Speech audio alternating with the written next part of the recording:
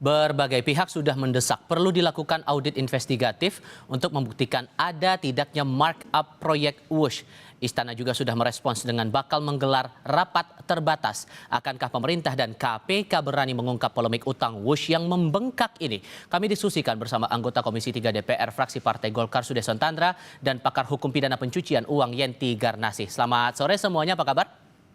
Selamat sore, alhamdulillah Terima baik. kasih sudah bergabung bersama kami kali ini. Sudah mulai muncul dugaan markup atas proyek Wush nih, Pak Desson. Kalau menurut Anda untuk mengusut ini bakal gampang seharusnya atau malah ada tantangan sendiri nih?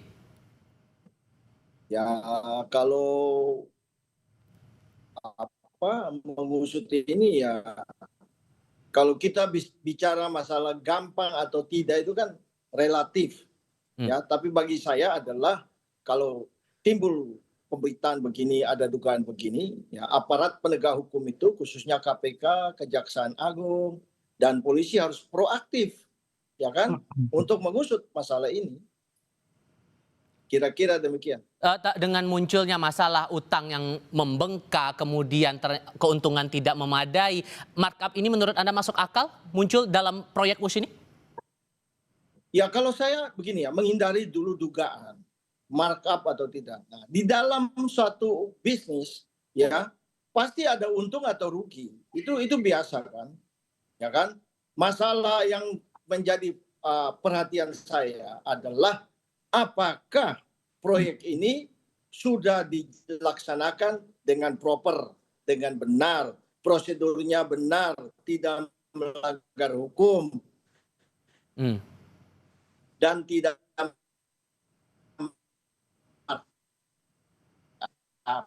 Oke, kami coba perbaiki dulu komunikasi kami dengan Pak Desson. Kami terkendala komunikasi. Pak Desson, sorry, saya harus potong dulu karena sempat terpotong gangguan sinyal di sini.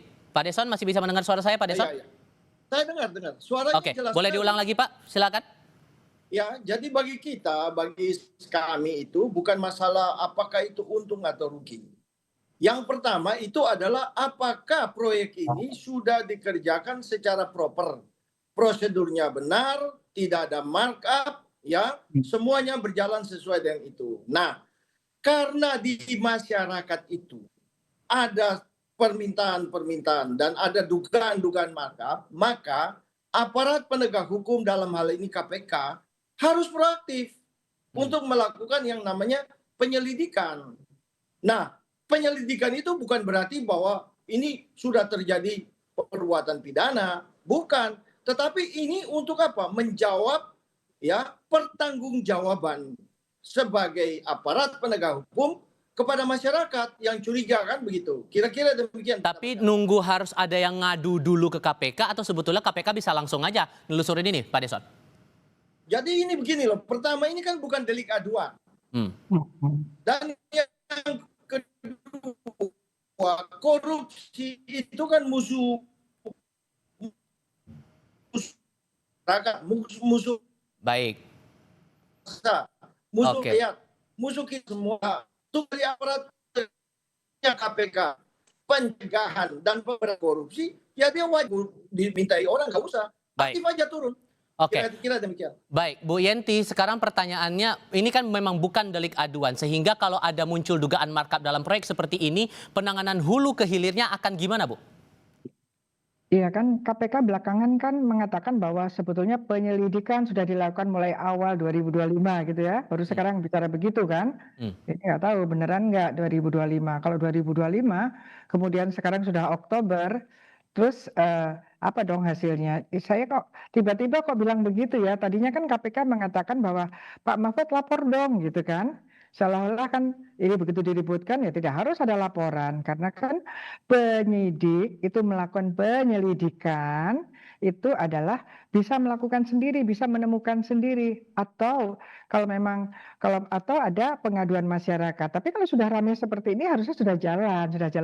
Apalagi sudah mengatakan bahwa sebetulnya penyelidikan sudah dilakukan sejak 2025 awal gitu ya. Terus hasilnya mana gitu. Tadi Pak Desson juga mengatakan bukan masalah untung rugi, masalahnya ini kan juga bukan berhenti di untung rugi, ini proyek yang ada hutangnya lama sekali dan besar sekali gitu kan.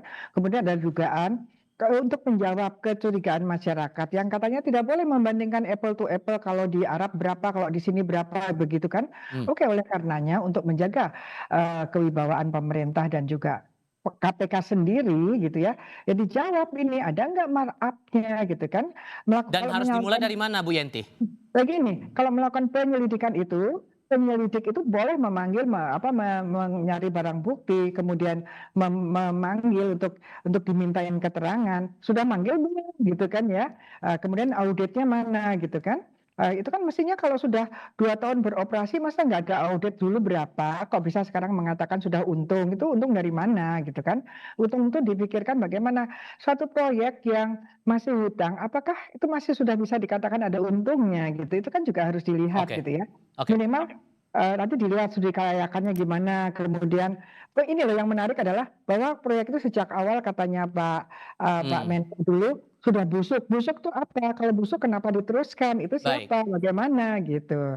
Di sisi lain juga kita melihat ada pernyataan dari pemerintah bakal ada rapat terbatas yang bakal Ya. dilakukan Presiden untuk mengusut atau menangani masalah WUSH ini. Menurut Anda, Bu Yenti, apakah perlu KPK bertindak menunggu hasil rapat terbatas dulu dari Presiden, kalau sudah kasih lampu hijau baru dilakukan penyelidikan? Oh, nggak bisa ya, itu menjatuhkan, penegakan hukum ya.